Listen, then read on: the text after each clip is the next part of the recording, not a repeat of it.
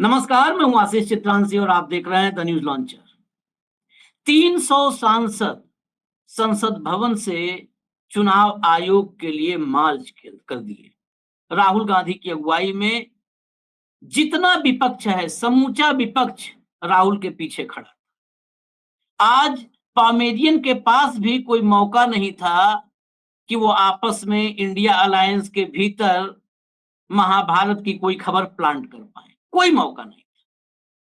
लेकिन सामने खड़ी थी दिल्ली पुलिस।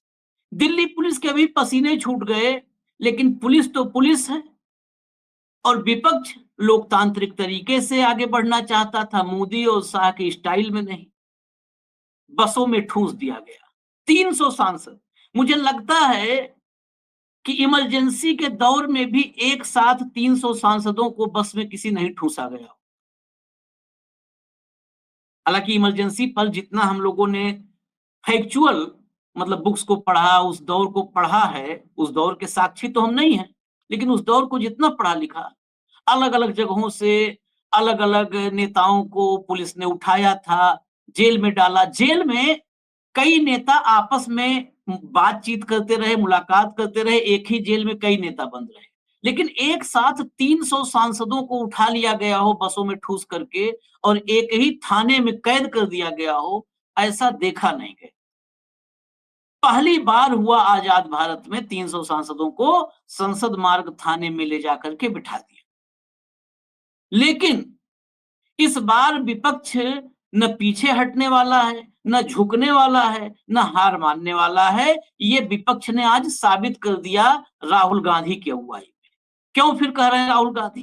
क्योंकि शाह की पुलिस भी राहुल को न डरा पाई न रोक पाई। थाने से छूटते ही राहुल गांधी ने ज्ञानेश के चुनाव आयोग को रगड़ दिया। फिर बिल्कुल टूट पड़े ज्ञानेश के चुनाव आयोग। हॉट टॉपिक में आज यही विषय है, तो हॉट टॉपिक में हमारे साथी ले आइए हेमंत अत्री जी को। स्वागत है हेमंत भैया। अब वक्त नहीं जो है हम जाया करेंगे, सीधा थाने से निकलने के बाद राहुल गांधी ने क्या कहा वो बयान सुनवा दीजिए। भाई उन्हीं का डेटा है, वो अपने वेबसाइट से वही डेटा निकाल दें। मेरा डेटा थोड़ी है कि मैं साइन करूं, उनका डेटा है। आप उठाइए अपना डेटा, हमने आपको ही दिया है, आप उसको अपने वेबसाइट में लगा दीजिए, पता लग जाएगा आपको। मतलब डिस्ट्रैक्ट करने का काम है, ठीक है। और एक और बात, आप ये मत सोचिए कि सिर्फ बेंगलोर में हुआ है, ये देश में अलग अलग कंस्टिट्यूंसीज में हुआ है और इलेक्शन कमीशन जानता है। इलेक्शन कमीशन जानता है कि वो उसका जो डेटा है वो फटेगा। जो उसको अभी वो कंट्रोल करने की कोशिश कर रहा है, छुपाने की कोशिश कर रहा है, उसको हम निकाल देंगे, ठीक है। और वो फटेगा, वो जानता है। Thank you. फटेगा और इलेक्शन कमीशन जो छुपा रहा है सब निकाल देंगे और फटेगा इलेक्शन कमीशन। ये एक क्लिप और छोटी सी दिखा देते हैं। हालांकि चर्चा का जो केंद्र बिंदु है यही राहुल गांधी का बयान है, जो बता रहा है कि लड़ाई अभी शुरू हुई है, अभी तो ये वार्म अप था, अभी शुरुआत भी मैं नहीं कहूंगा ऑफिशियली, ये वार्म अप था। जरा अगली क्लिप प्ले करिए, प्ले करिए। Down, down, down. Modi Sarkar, down, down. Shame, shame, shame, shame. Modi Sarkar, shame, shame. Shame, shame, shame, shame. Shame, shame, shame, shame. Modi Sarkar, down, down. Down, down, down, down. Modi Sarkar कायर है. कायर है, कायर है. Modi Sarkar कायर है. कायर है, कायर है. Modi Sarkar कायर है. कायर है, कायर है. वोट चोरी बंद करो. बंद करो, बंद करो. वोट चोरी नहीं चलेगी. नहीं चलेगी, नहीं चलेगी. वोट चोरी नहीं चलेगी. पता नहीं, मैं मिड डे मुद्दा में भी आज बोला था, लोग नाराज हो जाएंगे। जैसे ही मैं कायल सुनता हूँ मुझे डायल सुनाई देता है, मेरे कान में डायल सुनाई देता है। क्योंकि इस बात को मैं कहा था, रिपीट कर रहा हूं फिर, कि जब कायर अपने मतलब बिल्कुल आखिरी पायदान पर पहुंच जाता है, अपने उत्कर्ष पर पहुंच जाता है, तो डायर हो जाता है, कायर ही डायर होता है। तो आज 300 सांसद थाने में बैठाए गए, इसीलिए कायर और कायर से मुझे लगा डायर। अब पता नहीं डायर कौन है। जरा फोटो दिखा दीजिए फिर। संसद मार्ग थाने में जो तोड़ने की कोशिश थी ना, वो नहीं हुआ। वो थाने में जो जुड़ा हुआ, ये तस्वीर इसलिए दिखाने का मतलब, इस तस्वीर में बहुत कुछ है, संदेश, बहुत सारा मैसेज है। प्रियंका, बगल में डिंपल, सामने देखिए आप, आज की तारीख में संसद में मौजूद सबसे बुजुर्ग नेता वो भी वहीं पर हैं, राहुल हैं। ये इधर देखिए, अवधेश पासी नजर आ रहे हैं। मैं अवधेश पासी ही बोलता हूं ताकि सनद रहे कि राहुल ने अपने बगल में अवधेश पासी को बिठाया था, मोदी जी के बगल में अमित शाह बैठते हैं और अमित शाह कहते हैं बनिए बेटा हूं, और उसके और बगल में राजनाथ सिंह बैठते हैं, गर्व से बताते हैं कि मैं ठाकुर हूं। तो इसलिए बताता हूं मैं बार बार कि अवधेश पासी। चलते हैं सीधा हेमंत भाई के पास। हेमंत भाई, ये जेल वाला फॉर्मूला, थाने वाला फॉर्मूला फेल हो गया लग रहा है। आशीष भाई नमस्कार, आपको सारे दर्शक साथियों को भी। थोड़ा लेट हो गए, माफी चाहूंगा। देखिए, 11.25 साल से आप, हम और ये पूरा देश मोदी जी का नया भारत देख रहा था। 11.25 साल से ज्ञानेश कुमार गुप्ता, राजीव कुमार, उससे पहले वो दूसरे गुप्ता थे, सुभाष, उसके पहले आप एक और तमाम जो थे, ये अरोड़ा, और इस तरह के चुनाव आयुक्त तमाम देखे तो उन्होंने नया चुनाव आयोग बनाया था। कुछ लोग भारतीय की, सच्चे भारतीय की डेफिनेशन देके नया सुप्रीम कोर्ट बनाने की फिराक में, तो वो एक पक्ष था। और आज आपने देखा कि एक नया विपक्ष भी है इस भारत के अंदर। तो 11.25 साल में भारत ने पहली बार एक नए विपक्ष की झलक देखी। और मैं क्यों कहा ये, अभी तक आपने क्या देखा, मोदी जी खुद, कौन राहुल, मोदी जी के भगत, मोदी जी के सारे पोमेरियन कीर्तन मंडली, सारे के सारे जो भी उनका इकोसिस्टम है, वो क्या कहते थे कि विपक्ष है कहां, यही कहते थे ना। तो आज सड़कों पे जो लोग उतरे हुए थे, 350 तो सांसद ही थे, आपने देखा, पहली बार है ये कि पूरे का पूरा विपक्ष। तो लोग अक्सर पूछते थे कि विपक्ष कहां है, वो सड़कों पर क्यों नहीं है। आज ये पहली बार है 11.25 साल में, मई 2014 के बाद, कि समूचा विपक्ष सड़कों पर है और लोग पूछ रहे हैं कि मोदी जी कहां है, ज्ञानेश गुप्ता कहां है, हटाए गए उपराष्ट्रपति जगदीप धनखड़ कहां है, और पूरे का पूरा सरकार का जो वो था, जितना भी जो रक्षा कवच, कहां है वो सारे, वो उनको पूछ रहे हैं। पूरा विपक्ष पहली बार 350 सांसद के आसपास गिरफ्तारियां दे रहे हैं। और चुनाव आयोग किस बिल में छुपा हुआ पता ही नहीं। जो दिल्ली की पुलिस थी, वो क्या राहुल को रोक पाई? और आपको क्या लगता है कि राहुल को कोई भी पुलिस रोक सकती है, कोई पैरामिलिट्री रोक सकती है? ये 11.25 साल का इतिहास बताता है। कितनी बार वो चैलेंज कर चुके हैं कि मुझे ईडी में बुला लो, मुझे सीबीआई में बुला लो, मुझे जेल में डाल दो, मुझे कोई फर्क ही नहीं पड़ता। तो आपको क्या लगता है 1-1.5 घंटे की पुलिस की हिरासत उनको कोई हिला देगी अपने रास्ते से? अभी तो 17 तारीख का सीन देखिएगा आप। 17 तारीख को जो सहरसा बिहार में होने वाला है, असली तो वहां है ना। तो आज आपने जो देखा, अगर आपके शब्दों में कहूं तो ये ट्रेलर भी नहीं था। ये जो होता है ना, एक छोटी सी जो फिल्म का एक छोटा सा लॉन्च होता है, टीजर जिसको कहते हैं आप, ये टीजर है। आपको ट्रेलर दिखेगा सहरसा में, और उसके बाद जो राहुल और तेजस्वी निकलेंगे, पूरे बिहार को छानेंगे, वो होगी असली देश की विपक्ष क्या है, विपक्ष कहां है, कौन राहुल, तब पता लगेगा इनको। अभी इनको पता नहीं लगेगा, ना इनको कुछ समझ में आएगा। लेकिन सवाल आशीष भाई क्या है कि आज देश का चुनाव आयोग कहां है, देश की न्यायपालिका कहां है, स्वतंत्र प्रेस कहां है, और सबसे बड़ी बात, जो बार बार एक सवाल हम बात करते हैं, इस देश का जो भगत सिंह प्रेमी युवा है, वो कहां है? वो भी तो होना चाहिए ना। वोट तो उनकी कट रही है, राहुल गांधी की तो कट नहीं रही, ना डिंपल की कट रही, ना अखिलेश की कट रही, ना ये जितने सांसद बैठे थे इनकी कट रही। टिकट तो, वोट तो किसकी कट रही है? वोट तो आम आदमी की कट रही है। तो एक बात उस युवा को समझना होगा, जो बेसिकली जो बात है ना, जो जन आंदोलन की आप बात करते हो, डेमोक्रेसी के मूल के अंदर क्या है कि जब भी कोई सरकार अगर इस तरह की हरकत करे, तो उसके अंदर सारे जो स्टेक होल्डर्स है उनको आना चाहिए। तो आपको क्या लगता है, मोदी, अमित शाह और आरएसएस की अगुवाई में जो ये स्वतंत्र चुनाव आयोग ध्वस्त किया गया है, ये ऐसे ही है क्या? दुनिया भर में अगर आप देखेंगे तो हमारे लोकतंत्र की खूबसूरती क्या है पिछले 78 साल में?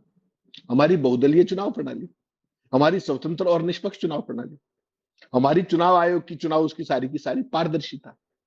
आज ये जो आप जो फादर ऑफ डेमोक्रेसी कहते घूमते हो पूरी दुनिया में अलग अलग इवेंट्स के अंदर, उसकी ये सारी ही पहचान संकट में नहीं, आशीष भाई। वोटर लिस्ट का आपको नहीं पता, नाम किसके कटे वो नहीं पता, फॉर्म किसके जमा वो नहीं पता, house number 0, house number 00, house number 000, father का नाम फादर का नाम XYD, और पता नहीं क्या क्या। और 1,02,050 सबूत देने के बाद थानेदार को चोर ये कह रहा है कि एफिडेविट लाओ। ये आपने नया भारत देखा, ये नया चुनाव आयोग है जो उन्होंने किया।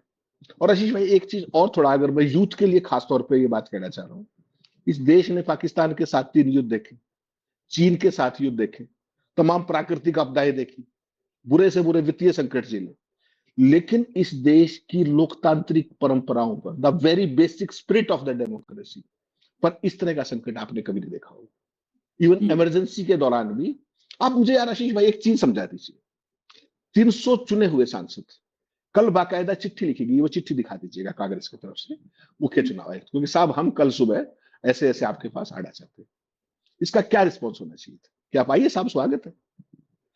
कुल मिलाकर के आपको पता है कि संसद से, जो संसद का इधर वाला गेट है, RBI वाला गेट, वहां से चुनाव आयोग का रास्ता 500 से 800 मीटर के बीच में कहीं। हाँ। सीधे जाओ तो 500 मीटर है, घूम के जाओ तो अशोका रोड पे 800 मीटर। और वहां से निकलते ही 100 मीटर के अंदर PTI की जो बिल्डिंग है, RBI और PTI के बीच में, ट्रांसपोर्ट भवन से निकलते ही वहां पर बैरिकेड लगा दिए गए। क्या कहेंगे आप इसको? ये चिट्ठी लिखी, कल बाकायदा समय मांगा। आज सुबह 11 बजे चुनाव आयोग ने चिट्ठी लिखी जो इनको, कांग्रेस को, कि आप 30 सांसद आ जाइए। सोचिएगा, मैं केवल मेरिट पे बात करूंगा, कोई हवाई बात नहीं। 300 सांसद मिलना चाह रहे हैं, और उन्होंने स्पेसिफिकली चिट्ठी के अंदर लिखा है कि हम आपको एक ज्ञापन देना चाहते हैं, we want to present you certain facts. Return ज्ञापन है आशीष भाई, कोई आपके साथ बहस मुलायजा नहीं करना मुझे, तो आपको कागज देना है, आप ले लो। 300 सांसद जाना चाह रहे हैं, और चुनाव आयोग क्या कहता है कि 30 लोग आ जाओ। सोचिए आप, चुनाव आयोग वहां पर जब प्रेस कॉन्फ्रेंस होती है, आप तो कई बार आए होंगे वहां पे, हम तो, हमारी तो आधा जिंदगी बीत गई वहीं पे। चुनाव आयोग में, निर्वाचन सदन में जैसे आप घुसते हो राइट साइड में, कितना बड़ा कॉन्फ्रेंस हॉल है आशीष भाई, 500 जर्नलिस्ट बैठते हैं वहां। अब तो नया सरकार आ गई, नए मोदी जी का नया भारत आ गया, तो अब तो अशोका होटल में प्रेस कॉन्फ्रेंस करने लगे। अदरवाइज चुनाव आयोग में हमने तो 20 साल प्रेस कॉन्फ्रेंस कवर की, वही बैठते थे राइट साइड में, एक बड़ा हॉल है, बढ़िया कॉन्फ्रेंस टाइप का है, कुछ भी सवाल पूछिए, जवाब कीजिए। ये आपकी मंशा को जताता है, ये आपकी डेमोक्रेसी के प्रति कमिटमेंट को दिखाता है कि 300 सांसद आपसे मिलना चाहते हैं और आप 30 सांसदों को बुलाना चाहते हैं। अगर आप इसको बारीक से बांटेंगे, अगर मान लीजिए 30 सांसदों को, तो 30 तो दल थे वहां पर, तो किसको ले जाओगे, किसको छोड़ोगे? और वो ऐसी कोई भीड़ नहीं आशीष भाई कि वो हंगामा कर देगी वहां। मैं आपको बीच में सप्लीमेंट्री क्षमा के साथ खाली कर रहा हूं, यही तो स्क्रिप्ट है जो कहा आपने ना, 30 पार्टी 30 सांसद किसको भेजोगे, यही तो स्क्रिप्ट है कि पूरा विपक्ष एक हो गया। यही आज इस चर्चा में जहां पर अब आए ना, यही पॉइंट है इस चर्चा का। एग्जैक्टली 30 पार्टियां करीब करीब 300 से ऊपर सांसद थे, 300 से ऊपर सांसद। यही खेल था कि ये इकट्ठा कैसे हो गए, क्योंकि मैंने डायर गलती शुरू में निकल गया था, तो आगे फिर अंग्रेज की बात भी होगी। जब डायर की बात होगी तो अंग्रेज कैसे नहीं करे? एक ही तो फॉर्मूला है राज करने का, बांटो, परिवार बांट दो, पार्टी बांट दो, समाज बांट दो। बस अब देश बांटने तक मामला नहीं अभी पहुंच पाया है, लेकिन समाज बांट दिया। हिंदू मुसलमान जितना धार्मिक विद्वेष इस दौर में फैला, कभी मतलब सोचा ही नहीं था, हम लोग तो कल्पना भी नहीं किए थे। परिवार, कौन सा राजनीतिक परिवार है विपक्ष में जिसके भीतर बंटवारा नहीं करवा दिया? पार्टियां, जो पार्टी का जनक था, जिसके इर्द गिर्द ही पार्टी थी, वो पार्टियां बांट दिया। तो आज ये फिर बांटने के लिए बेसिकली ये दिमाग ज्ञानेश कुमार का नहीं था, ये दिमाग आया था तभी 11 बजे चिट्ठी लिखी गई है। आप ये भी बताओ, 12 बजे वो चिट्ठी मैंने पढ़ी थी, 12 बजे कहा गया कि 30 सांसद आ जाएं, सांसदों के नाम, व्हीकल नंबर सब आप दे दीजिए, ठीक है। 11 बजे चिट्ठी लिख रहे हो, 12 बजे की मीटिंग है, और आपको सबका पिताजी का नाम, आप मतदाता तो पिताजी का नाम फादर लिख दे रहे हो, और सबसे कह रहे हो कि सारा दे दो। वो अब कौन लिख के दे देगा? जयराम रमेश चिट्ठी लिखने के लिए अधिकृत थे, संवाद के लिए, कम्युनिकेशन के लिए थे, संचार के महासचिव हैं, प्रभारी महासचिव, कम्युनिकेशन के लिए थे। जयराम तो नहीं तय कर लेंगे ना। 11 बजे चिट्ठी आपने दी है, वो चिट्ठी 11:15 तक पढ़ेंगे, उसके बाद इंडिया अलायंस के में तय होगा ना कि अगर मान लिया, 1 मिनट के लिए सोचिए कि मान लिया कि 30 को भी भेजना है, तो उसके लिए तो राहुल गांधी भी नहीं तय कर सकते हैं, राहुल भी नहीं तय कर सकते ना, वो इंडिया अलायंस नरेंद्र की मोदी मीटिंग नहीं, होगी। हाँ नरेंद्र मीटिंग मोदी होगी। नहीं है ना कि कांग्रेस के भीतर से शशि थरूर को भेजना है और सलमान खुर्शीद को अपने मन से तय कर दें, नहीं है ना वो राहुल गांधी। तो अखिलेश यादव बताएंगे ना कि हमारी पार्टी से कौन जाएगा, ममता बनर्जी बताएंगी, हमारे अभिषेक बनर्जी बताएंगे हमारी पार्टी से कौन जाएगा, शरद पवार, उद्धव ठाकरे, स्टालिन, सारे मतलब अखिलेश यादव सब अपनी अपनी पार्टी से बताएंगे। ये कहां से जो है आप बता दो कहां से लॉजिकल था, इसीलिए जब आपने कहा तो इस सप्लीमेंट्री को डाला। हाँ नहीं आशीष भाई, लॉजिक तो छोड़ दीजिए, आप लॉजिक की तो बात ही मत किया कीजिए। आगे से जब इन सारे सिस्टम को, इकोसिस्टम को डिस्कस करो, तो आप लॉजिक पे बात करोगे तो हमारे 3-4 मिनट निकल जाएंगे। तो लॉजिक पे बात करना वर्जित है, सवालों पर बात करना वर्जित है। लफाजी कीजिए, हवाई बातें कीजिए, हवाई फायर कीजिए, निकल जाइए। वही सब है। इस देश में गंभीर चर्चा के लिए बहुत गुंजाइश नहीं बची। आप ये गंभीरता भी छोड़नी पड़ेगी देर सवेरा। मेरा आपसे सवाल दूसरा है, ये जो आज किया कि 30 लोग आ जाओ, अरे भाई 300 इलेक्टेड सांसद है, शांतिपूर्ण ढंग से आ रहे हैं, तमीज से आ रहे हैं, आपको एक ज्ञापन देना चाह रहे हैं, आपको क्या परेशानी है भाई? गेट पे ले लो, नहीं तो कॉन्फ्रेंस हॉल में बता रहा हूं वहां पे ले लो, ठीक, आके मिल लो। आप नहीं मिलो, आपका डिप्टी सेक्रेटरी मिल जाए, वो तो ये भी नहीं कह रहे ज्ञानेश गुप्ता को नीचे लाओ, ऐसा तो उन्होंने कोई नारा लगाया नहीं। आज राहुल गांधी के सारे रहस्योद्घाटन को 4 दिन हो गए। आपने चुनाव आयोग के मुंह से एक शब्द सुना, एक शब्द ऑफिशियली। सूत्रों के मुत्रों ने क्या क्या किया वो छोड़ दीजिए, उस पर मैं नहीं जा रहा हूं। और एजेंसियों के जरिए जो धमकियां दिलवाई जा रही है, तो ये कर दो नहीं तो माफी मांगो, एजेंसी के सूत्र कह रहे हैं कि माफी मांगो। किसको? देश के विपक्ष के नेता को। तो बधाई आपको, ये नया भारत है, नया चुनाव आयोग। पैरावाइज कोई जवाब दिया हो, जब सवाल का एक शब्द नहीं कहा तो जवाब कहां से देंगे? एक बात स्टेट सीओ के पीछे छुप करके नोटिस दिलवा रहे। हरियाणा सीओ कूद पड़ा बीच में, उसका कोई लेना नहीं देना नहीं, वो चिट्ठी जारी कर रहा है राहुल गांधी को कि बताओ आप एफिडेविट दो। अरे भले आदमी हो, काम तुम्हारा, ये वोटर सूची साफ तुम्हारी होनी चाहिए, अच्छी पारदर्शी तुम्हारी होनी चाहिए, और एफिडेविट राहुल गांधी दे दे। वही उन्होंने थाने से छूटते ही कहा कि भैया तुम्हारा है, मैं क्यों एफिडेविट दूं, मैंने तो जो कहना था सबूत दे दिया आपको। आशीष भाई, इस मानसिकता को पकड़िए। ये जो ज्ञानेश गुप्ता है ना, ये इंडिविजुअल नहीं है। राजीव कुमार कोई इंडिविजुअल नहीं था, सुभाष चंद्रा कोई इंडिविजुअल नहीं था, उससे पहले जो अरोड़ा था वो इंडिविजुअल नहीं था। ये सारे एक इकोसिस्टम से निकल के आए हुए लोग हैं, और इनको इस एक खास तरह का बहम है, माफ कीजिएगा मैं थोड़ी सी कड़वी बात कहने जा रहा हूं, इनको एक खास तरह का बहम है कि इस देश पर आरएसएस वैसे ही कब्जा कर चुका है जैसे चीन पे कम्युनिस्ट पार्टी का कब्जा है। इनको ये गलतफहमी होगी, क्योंकि सारों की अपॉइंटमेंट धड़ाक से हो रही, 24 घंटे के अंदर अपॉइंटमेंट हो जाती है।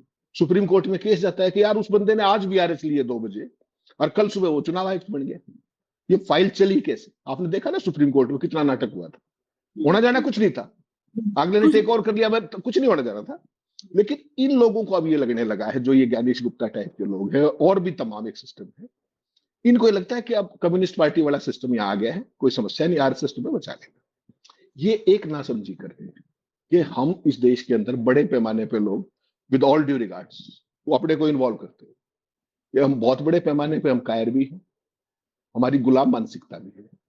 उसके बावजूद भी अगर आप सदियों का इतिहास देखेंगे तो यहाँ के एक बहुत बड़े हिस्से के डीएनए के अंदर कहीं ना कहीं डेमोक्रेसी भी है। वो डेमोक्रेसी के लिए जीते और मरते आए एक बहुत बड़ा वर्ग ऐसा है, थोड़ा है लेकिन ठीक ठाक वर्ग है। और वही लोग सड़कों पर हैं, वही लोग ये चर्चाएं कर रहे हैं जो सामने बैठ करके, और वही लोग देश में जितना उनकी गुंजाइश है वो एक नैरेटिव बिल्ड करने की कोशिश कर रहे हैं। इनको एक बात समझ में नहीं आ रही कि ये इस तरह की जो कम्युनिस्ट मानसिकता जो है चाइना वाली, ये इस देश में चल नहीं सकती लंबी। और जब ये गड़बड़ होगी ना, जब ये यहां से बिस्तरा पैक होगा, तो श्रीलंका आपको याद है, थोड़े दिन पहले आपने देखा था कैसे सोफे फटे पड़े थे जहां पे साहब मीटिंगें करते थे फॉरेन डेलीगेट से। फिर आपने बांग्लादेश में भी देखा, वो सारी चीजें देखी।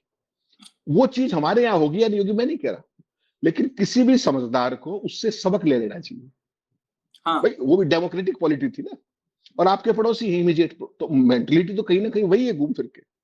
तो ऐसी स्थिति में कोई ऐसा हालात ना हो जाए कि वो सीन यहां तो क्रिएट नहीं हो जाएगा।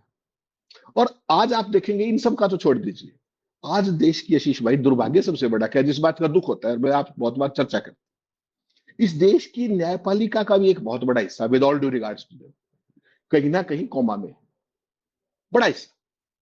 क्यों? मैं ये पूरी जिम्मेदारी के साथ कह रहा हूं। ना कोई चुनावी बॉन्ड घोटाले पर कोई कार्रवाई करेंगे, कुछ नहीं करेंगे, असंवैधानिक बता दिया, जांच नहीं करवाएंगे। अनिल मसीह को सजा, कैमरे पे पकड़ा गया वैलिड वोट को इनवैलिड करते हुए, पूरा राष्ट्र के नाम संदेश दे मारा, चुनाव का परिणाम बदल दिया कोर्ट ने।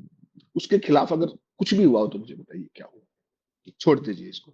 महाराष्ट्र की सरकार क्या कहा कि असंवैधानिक सरकार, असंवैधानिक, ये मैंने और आपने नहीं कहा, ये माननीय ने कहा, जस्टिस चंद्रचूड़, और वो 5 साल तक अपना कार्यकाल पूरा करती है। चुनाव आयोग के सदस्य जो चुनाव आयुक्त थे, उनकी नियुक्ति के अंदर क्या कहा कि चीफ जस्टिस होंगे सरकार, उस कोमा वाली जुडिशरी की बात कर रहा हूं, ध्यान से सुनिएगा। चंद्रचूड़ कहते हैं कि यहां पर सीजीआई होगा इस पैनल में, और उसमें एक कोमा लगा दिया साथ में, फिर भी अगर सरकार चाहे तो कानून बना ले, बना दिया कानून, आप आउट। दिल्ली के अंदर, दिल्ली और एलजी के बीच में सरकारों की ताकत का वो था, केंद्र और दिल्ली सरकार का। क्या कहा कि चुनी हुई सरकार दिल्ली की मालिक है, बदलियों का अधिकार उसको है, फिर भी सरकार चाहे तो कानून बना ले। उन्होंने बना दिया कानून, अध्यादेश लिया है। ये कौन सी जुडिशरी? आपने जुडिशरी ऑर्डर करती है आशीष भाई या ऑप्शंस देती है? जुडिशरी ऑर्डर करती है या सजेशन देती है? सजेशन अभी आपने देखा कि साहब आधार कार्ड को भी ले लो, एपिक को ले लो, आपके राशन कार्ड को ले लो। जुडिशरी ऑर्डर करने के लिए थी या सजेशन के लिए थी?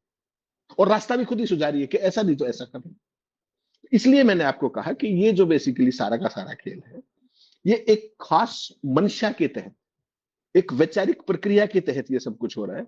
सरेआम वोट चोरी हो रही, आपने देखा, सारा देश चीख चीखे मार रहे हैं। विपक्ष के विधायक खरीदे जाते हैं, विपक्ष के सांसद खरीदे जाते हैं, ईडी और सीबीआई के जरिए किस तरीके से बीजेपी ज्वाइन करवाई जाती है, रातों रात राजस्व बढ़ाया जाता है।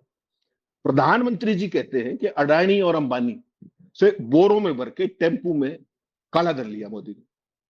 किसी के घर सीबीआई गई? प्रधानमंत्री से बड़ा तो एग्जीक्यूटिव फंक्शनरी इस देश के अंदर है। मैं अभी कह दूं आशीष भाई के यहाँ 2 लाख रुपए रखे हुए, हो सकता है अभी आ जाए 2 लाख। और मैं कोई नहीं हूं, मैं प्रधानमंत्री में तो कुछ भी नहीं। और प्रधानमंत्री मंच पे ये कह रहे हैं चुनाव के दौरान, जो इतना सेंसिटिव टाइम है, कोड ऑफ कंडक्ट लगा हुआ है देश में, सारी एजेंसियां हाई अलर्ट पे होती है। देश के प्रधानमंत्री मंच पे ये कह रहे हैं कि राहुल गांधी ने तो उनमें कट्टों में भर के, बोरों में भर के और टेम्पू से काला धन लिया है। कोई एजेंसी गई क्या? क्यों नहीं गई आशीष भाई? जवाब तो देना पड़ेगा ना। ये सारे वो सवाल है जो इस मानसिकता को फिर यहां ला करके खड़ा करते हैं जहां आप आज खड़े हो।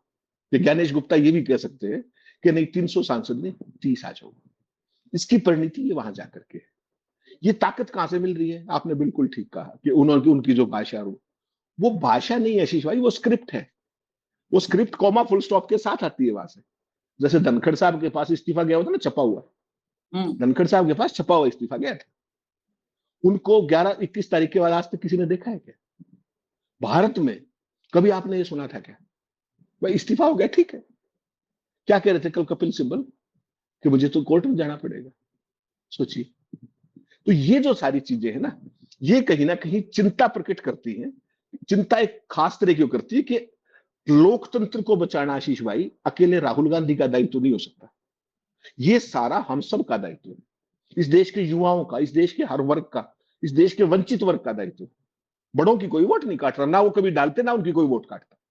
वोट तो कटेंगी अल्पसंख्यकों की, आदिवासियों की, दलितों की, पिछड़ों की, और जो वंचित वर्ग है। और वो अगर घर बैठे रहे, क्योंकि उनको एक खास तरह का 5 किलो अनाज बड़ा ढकोसला पकड़ा दिया। इस पूरी मानसिकता को इस देश को समझना होगा कि आपको कहां ला करके खड़ा किया जा रहा है। आपको मुफ्तखोर बनाया जा रहा है। आप तो काम मांगने आए थे, आपने तो कहा था 2 करोड़ रोजगार दूंगा, रोजगार नहीं दिया आपने, 5 किलो अनाज दे दिए। अडानी का नेटवर्थ कितना बड़ा, उसके मुकाबले में देश में कोई आदमी का नेटवर्थ, किसान का बड़ा हो, मजदूर का बड़ा हो, किसी का बड़ा। ये क्या है? This is a share chronic capitalism. और जो ये सड़कों पे राहुल गांधी दिख रहे हैं, आपको बिहार में देखिएगा असली नजारा। अभी तो बिहार में आपने ये कहा है कि हम तो बताएंगे नहीं किसके वोट कटे, किसके क्या। बताओगे नहीं तो फिर क्या शेयर कर रहे हो? और जो कल शेयर किया वो मैंने आपको लिस्ट शेयर की, आशीष भाई को भेज दिया कि आशीष चित्रांशी सन ऑफ फला, नैपिक नंबर 9, जाइए क्या कर लेगा बीएलए? कहां ढूंढ के आएगा? किसको ढूंढ के आएगा? ना सेक्शन है उसमें, कर लीजिए आप, क्या करें? ये पारदर्शिता है। तो पूरे देश को ऐसे दोराहे पर लाकर खड़ा कर दिया आशीष भाई कि आम आदमी को ये दिखे कि मोदी इज ऑल पावरफुल, सब कुछ उसके नियंत्रण में है, कंप्लीट कंट्रोल जिसको आप बोलते हैं। आप ये बताइए, दिल्ली पुलिस को आज इन सब का जो ये था उसको फैसिलिटेट करना चाहिए था कि ब्लॉकेट लगाना चाहिए था? ये बता दीजिए। क्या वो लॉ एंड ऑर्डर हाथ में ले रहे थे क्या? पैदल जा रहे थे। लोकतंत्र में विरोध का अधिकार है आपको, कोई वायलेंस नहीं कर रहे थे, सारे इलेक्टेड एमपीज। क्यों सीन क्रिएट किया आपने? अखिलेश यादव बैरिकेड के ऊपर से कूद गए। Who created this scene? ये यूपी में इनका भला करेगा या बुरा करेगा? और अखिलेश को फंसाने की कोशिश की, आपने देखा वहां जो आपके पोमेरियंस है, वहां पूछा कि ये, उसने कहा कि तुम जो बांटने आए हो वो तुम्हारा काम नहीं होगा, तुम तो बीजेपी वाले हो। चैनल वाले को कह दिया कैमरे पे कि तुम उन वाले हो। तो आज इस मीडिया को भी शर्म नहीं आती, ये भी शर्मनिरपेक्ष होगा। तो ये जो शर्मनिरपेक्ष तंत्र है आशीष भाई, इसने इस देश को आज यहां ला करके खड़ा कर दिया कि जो ये पूछते थे कि कौन राहुल, जो ये पूछते थे कौन विपक्ष, आज वो विपक्ष सड़कों पर है और विपक्ष पूछ रहे कि वो कहा है, ज्ञानेश गुप्ता का है, मोदी जी का है, अमित शाह जी का है। और जो संघ के एकलव्य जगदीप धनखड़ के बारे में भी विपक्ष चिंता कर रहा है, जिनको day in and day out demean करते थे, जिस बीजेपी के वो करते थे सत्संग, उन्होंने किसी ने जिक्र नहीं किया आज तक धनखड़ साहब का। विपक्षी उनके वेलबींग को लेकर के चलते थे। तो ये भी एक खूबसूरती देखिए कि जो आदमी जिनको गाली वो करता था, काम बोलने नहीं देता था, उसको लेकर के विपक्ष चिंतित है और सत्ता पक्ष को कोई सुध नहीं। ये है वो करेक्टर, मॉरल करेक्टर, जो आपको दिखाता है कि आपकी सोच क्या है, आपकी दिशा क्या है, आपकी दृष्टि क्या है, वो सब खत्म करती है। This is very unfortunate. खेल हालात जो हैं उसमें इस देश की जनता को सोचना पड़ेगा। मैं बहुत जहां पर चर्चा लोग करते हैं विपक्ष सत्ता पक्ष में, उस पर अक्सर चर्चा नहीं करता। मैं रोज एक बार अपने कार्यक्रम में कहता हूं जनता, जनता और ये पामेरियन, जिसमें पत्रकार के टैग के साथ तमाम चेहरे, तमाम दिमाग, तमाम शरीर शामिल हैं, ये पत्रकार के टैग के साथ। मैं आपको बताऊं, जिस दिन पाप का बही खाता लिखा जाएगा, हम लोग आस्तिक आदमी इसलिए पाप पुण्य की बात कर ही लेते हैं, पाप का बही खाता लिखा जाएगा तो आपको पता है मोदी, शाह या ज्ञानेश, राजीव कुमार, इन सबसे ऊपर नाम रहेगा। जितने हैं वो तो बहुत नीचे चले जाएंगे, क्योंकि असली भीड़ तो यहाँ पर है। और यही भीड़ है जो इस लोकतंत्र की असली गुनहगार है। अगर इस देश में मीडिया आप रवांडा का अक्सर एग्जाम्पल देते हैं ना, रेडियो रवांडा, वो रवांडा में जो हुआ वह शख्स नहीं कर पाता अगर रवांडा रेडियो नहीं तैयार होता, मतलब रवांडा रेडियो नहीं आता। तो इस देश को उस जो एक कहे ना कि एक मानसिक रूप से ऐसे ब्रैकेट में क्लोज किया, बंद किया है, वो इस मीडिया ने किया है। आपको मैं आज ही, मतलब अभी इस पर हम मीडिया के कवरेज पर मैं लगाया हुआ हूँ, मीडिया कवरेज राहुल के जो है पूरे विपक्ष के इस प्रोटेस्ट पर क्या कर रही थी, उस पर चर्चा भी हम करेंगे। ये बहुत संवेदनशील मामला है, उसको कोई नहीं, आप डेमोक्रेसी की लड़ाई हो रही है, वोट चोरी की बात हो रही है। लोकतंत्र में, चुनावी लोकतंत्र में चुनावी पारदर्शिता से बड़ा कोई मुद्दा मेरे लिए तो नहीं है हेमंत भाई, आपके लिए हो अगर संभव नहीं। चुनावी लोकतंत्र का तो कुंजी ही है यही चुनाव ना। और चुनावी अगर धांधली है तो चुनावी लोकतंत्र अपने मतलब पाताल की तरफ जा रहा है, अपनी गति को प्राप्त कर रहा है? वो भी वीर गति को नहीं प्राप्त कर रहा है, कायर गति को प्राप्त कर रहा है लोकतंत्र। फिर तो ऐसे में कवरेज नहीं, क्यों? क्योंकि पूरा देश, जब ये दिल्ली की सड़कों पर 300 सांसद हैं, तो पूरा देश कहीं जान न जाए उनके अभियान को, उनके उस जोश खरोश के साथ आदमी अटैच करता है ना कि यार हमारा नेता लड़ रहा है चुनाव, अब देश में लोकतंत्र और संविधान खतरे में है। ये भावना वो कनेक्ट न कर पाए। मोदी जी अभी खाली ऐसे खड़े होकर के ऐसे ऐसे करें, अब देखिए तुरंत हेडलाइन क्या चलेगी, मोदी ने हाथ हिलाया, पूरा देश हाथ हिला रहा है, मोदी ने हाथ हिलाया। अरे हाथ हिलाया कोई खबर है भाई? क्यों हाथ हिलाया ये बताना पड़ेगा। हाथ हिलाने कई मकसद हैं कि मोदी जी कह रहे हैं अब हमारा टाइम हो गया, टाटा बाय बाय, ये भी तो हो सकता है। बहुत हो गया, बहुत हो गया, चलो चलो टाटा बाय बाय ना। हाथ हिलाया, पूरा देश भावुक हो गया। अगर टाटा बाय बाय करे तो वाकई एक बार देश तो भाव खो ही जाएगा कि यार चलो चलो। हाँ, हम लोग आशीष भी भाई, हम लोग भी हाँ, जिनका आप नाम ले रहे हो ना, जिस जिस पोमेरियन सिस्टम का आप नाम ले रहे हो, मैं आपको रह रह करके एक मेरा सेंटेंस है जो मैं कहता हूँ कि इस देश के अर्जित लोकतंत्र का जो हत्यारा है वो ये पोमेरियन क्यों है। इस देश का जो इंद्रधनुषी जो एक पूरे का पूरा लोकतंत्र है, उसको ये किस तरीके से एक दलीय शासन प्रणाली में लाने की कोशिश कर रहे हैं। ये डेस्परेट अटेम्प्ट आप 11.25 साल से देख रहे हैं। और उससे पहले इवन अगर आप ध्यान करेंगे ना, तो जो अन्ना का आंदोलन था उस समय भी ये इसी भूमिका के अंदर थे। लेकिन मनमोहन सिंह शरीफ आदमी थे तो उन्होंने वो सब नहीं किया जो आज संभावित है। तो इस जो लोकतंत्र को, जो एक दलीय शासन, जो कांग्रेस मुक्त भारत की परिकल्पना मोदी जी सरेआम कहते थे घूम घूम के, वो क्या थी? कांग्रेस में विपक्षी दल है, उसको साइड करो तो एक दलीय होगी। और कवरेज देखिए जिसकी आप बात कर रहे हैं, कल मैंने आपको एक सबूत दिखाया था। वो सबूत क्या था आशीष भाई? कि देश के आर्मी चीफ ने 4 अगस्त को IIT चेन्नई में भाषण दिया, उसको कल रिपोर्ट किया गया। आज के आपने जितने भी छपके बिकके छपने वाले अखबार हैं, सारे के सारे हिंदी के टोटल, कोई अखबार उठाइए हिंदी इंग्लिश का, सब में पता है क्या छपा हुआ है? कि रॉबर्ट वाड्रा ने 56 करोड़ रुपए कमाए डील। सुनिएगा ध्यान से, उस खबर का मैंने क्लू पढ़ा, बहुत 10 जगह पढ़ी मैंने। वो क्या लिखा हुआ है कि 16 जुलाई को कोर्ट में चार्जशीट फाइल की गई थी। आज कितनी तारीख है? 11 अगस्त। 16 जुलाई की खबर को, उसमें कुछ भी नया नहीं, 16 जुलाई की चार्जशीट कोर्ट में फाइल की गई। उसमें कोई आरोप सिद्ध नहीं हुआ, ना कोई आरोप तय हुआ है। That is in the process. आप आरोप लगाओगे, मैं मना करूंगा, उसके बाद चार्ज फ्रेमिंग पे आएगा मेरिट में। 56 करोड़ रुपए रॉबर्ट वाड्रा ने कमाए थे। समझ रहे हो मतलब? सीधा सीधा मतलब क्या है कि ये वापस बैकफुट पे आ जाए। इनको ये ना समझो को समझ नहीं है कि वो पट्टा 50 घंटे ईडी के पास बैठा ऐसे ही मस्ती में टी-शर्ट पहने घूम रहा था। राहुल गांधी क्या प्रभाव कहता मुझे कर दो अंदर। तो इनको यही समझ में नहीं आ रहा कि लड़ किससे रहे। ये उसी इंदिरा गांधी का पोता है जो पार्लियामेंट से सीधे जेल में जा रही थी, सड़क पे बैठ गई थी जब जेल में लेके जा रहे थे, रास्ते में बैठ गई थी ITO के पास, ध्यान होगा, वो राजघाट के पास। ये तुम्हारी जेल से डर रहे क्या यार? जेल से तुम डरते थे। लगा चलो नहीं, और ऊपर से कहीं हथकड़ी लगाओ हमको। जेल से तुम डरते थे, माफिया तुम मांगते थे। इनके नाना जवाहरलाल नेहरू कौन थे? कितने साल उनके जेल में कटे? तुम कभी सोच सकते हो? तुम्हारा कोई नाम लेवा नहीं। उधार के सिंदूर से सरदार पटेल को उठाए फिर रहे हो, और जिस सरदार पटेल की सबसे बड़ी प्रतिमा लगाते हो उसी के नाम के स्टेडियम को अपने नाम से कर लेते हो। ये है आपका करेक्टर।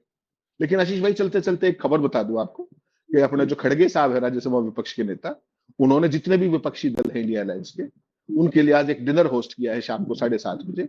और ये जो आज आपने देखा ये खत्म यही होने वाला नहीं है। आज शाम को डिनर भी ऐसे ही नहीं होगा, उसमें बाकायदा ताज होटल में होगा, बाकायदा दरबार हॉल में। तो वहां पे भी इंडिया अलायंस की बाकायदा रणनीति बनेगी, पूरा विचार विमर्श होगा और इस मुद्दे को कैसे आगे बढ़ाया जाए। तो आज शाम भी थोड़ा अलर्ट रहिएगा, आज शाम भी काफी हैपनिंग रहने वाली। घर ही पे कर लेना चाहिए था, दीवारें भी जासूस हैं भाई। होटल में करते हैं लोग भी, हम तो भाई जो हमको समझ में आता हम बताते हैं। और जेल वाली बात आपने कहा, हाँ दीवारें सब जासूस हैं। जब देखिए, जब भी लोकतांत्रिक ढांचा चरमराता है तो आप समझ लीजिए, लोग कहते हैं डिक्टेटर ना, डिक्टेटर नहीं, पहले स्पाई युग आता है फिर डिक्टेटर युग आता है। और डिक्टेटर स्पाई के भरोसे ही जीता है, क्योंकि वो हमेशा डरा हुआ, सहमा हुआ, घबराया हुआ हो। एक चीज क्यों भूल रहे हो? एक चीज क्यों भूल रहे हो? जगदीप धनखड़ साहब वैसे ही चले गए क्या? कुछ तो रहा होगा। ऑफिस को कैसे सील कर दिया गया इमीडिएटली? स्टाफ को क्यों हटा दिया गया इमीडिएटली? तुरंत। भाई साहब हटाने के, इस्तीफा देने के बाद भी स्टाफ के एंटाइटलमेंट है उनकी, लाइफ लॉन्ग एंटाइटलमेंट है।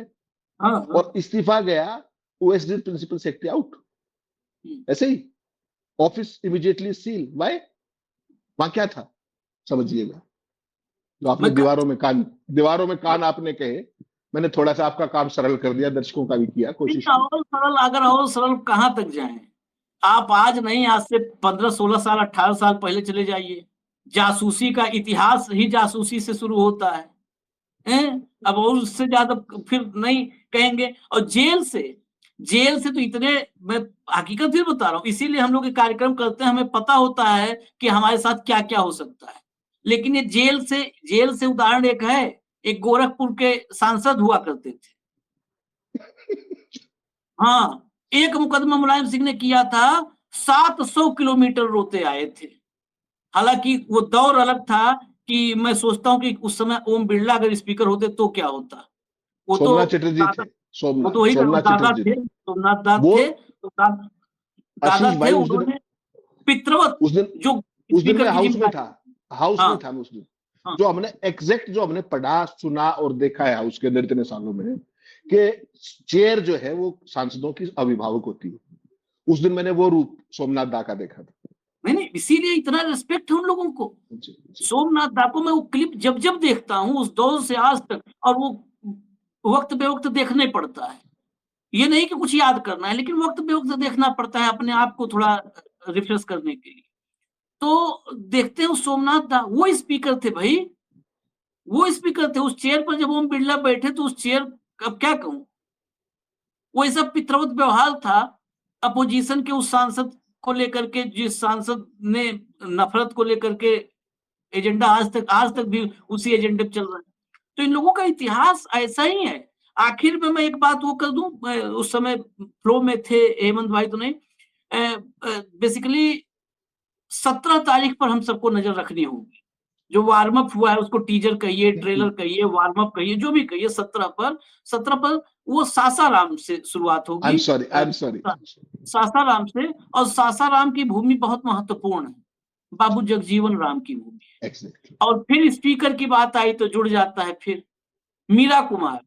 मुझे लगता है कि उस चेयर पर बैठने वाली कोकिला, उस चेयर पर स्वर को बैठी हुई, हाँ, उस चेयर पर बैठने वाली स्पीकर के रूप में वो मीरा कुमार का क्षेत्र है। तो अगर बाबू जगजीवन राम और मीरा कुमार, मतलब उनकी, बाबू जगजीवन राम की आत्मा और मीरा कुमार का मनोयोग उस धरती से जो रहा है, अगर उसके साथ ही यात्रा शुरू हुई, तो इसमें एक दलित जो एकजुटता है बाबा साहेब के संविधान को बचाने के लिए, ये एक्स फैक्टर हो सकती है। 17 तारीख एग्जैक्टली। से एक्स फैक्टर हो सकती है। वो बहुत महत्वपूर्ण भूमि है। और मीरा कुमार, वो तो आज जो होता है नो नो रिकॉर्ड में नहीं जाएगा, वो तो कभी फटकारती थी तो ऐसा लगता था कि फटकार नहीं रही है, दुलार रही है। मतलब वो आवाज ही ऐसी थी, वो ऐसा विनम्र व्यक्तित्व था। खैर, इजाजत दीजिए, हम फिर आएंगे। तमाम खबरें हैं, खबरों की समय समझ लीजिए कि बहुत महत्वपूर्ण दौर चल रहा है, और आप सबके लिए भी महत्वपूर्ण दौर है। सिर्फ देखिए मत। मैं निवेदन करता हूं, अक्सर कई लोग मुझको निजी तौर पर कहते हैं कि भाई आप थोड़ा सा पोलाइट हो जाओ। मैं इसलिए नहीं हो पाता हूं कि मुझे लगता है कि सिर्फ ये व्यूज तक और डिबेट तक ये मामला नहीं रहना चाहिए। सिर्फ आप देखिए मत साहब, आप सोचिए। आप सबका, मैं किसी का अनुज हो सकता हूं, किसी का साथी हो सकता हूं, किसी बड़ा भाई हो सकता हूं, तमाम दर्शक होंगे जिनके पुत्रवत हो सकता हूं।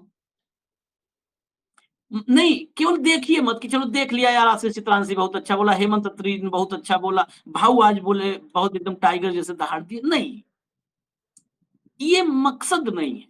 न्यूज लॉन्चर में फिर रिपीट कर दूं, मिशन है। हम तो अर्जन उतने चाहते हैं कि हमारे घर के कोई, हमारा पेट्रोल पंप हो, गैस एजेंसी वगैरह कुछ नहीं है, किराना की दुकान कुछ नहीं है। तो इससे घर चल जाए, हमारा दफ्तर चल जाए, घर और दफ्तर चल जाए, या हम जो बच्चे नौकरी करते हैं उनकी तनख्वाह चली जाए। बस इतना है। तो इस मिशन को आप लोग आत्मसात करिए। जो हम लोग चर्चा करते हैं इसको सुनिए। अगर हम गलत बोलते हैं तो करेक्ट कीजिए। हमारे फैक्ट्स पर आंख बंद करके यकीन मत करिए, क्रॉस चेक कर लीजिए कि हम भी तो किसी एजेंडे के तहत झूठ नहीं बोल रहे हैं। हाँ, बिल्कुल एकदम साफ साफ बोल। तो जैसे भी हैं, अगर लगता है कि सही बोल रहे हैं तो आप लोग साथ दीजिए बस। धन्यवाद हेमंत भाई, बहुत बहुत धन्यवाद। सो लंबा हो गया फिर। Thank you.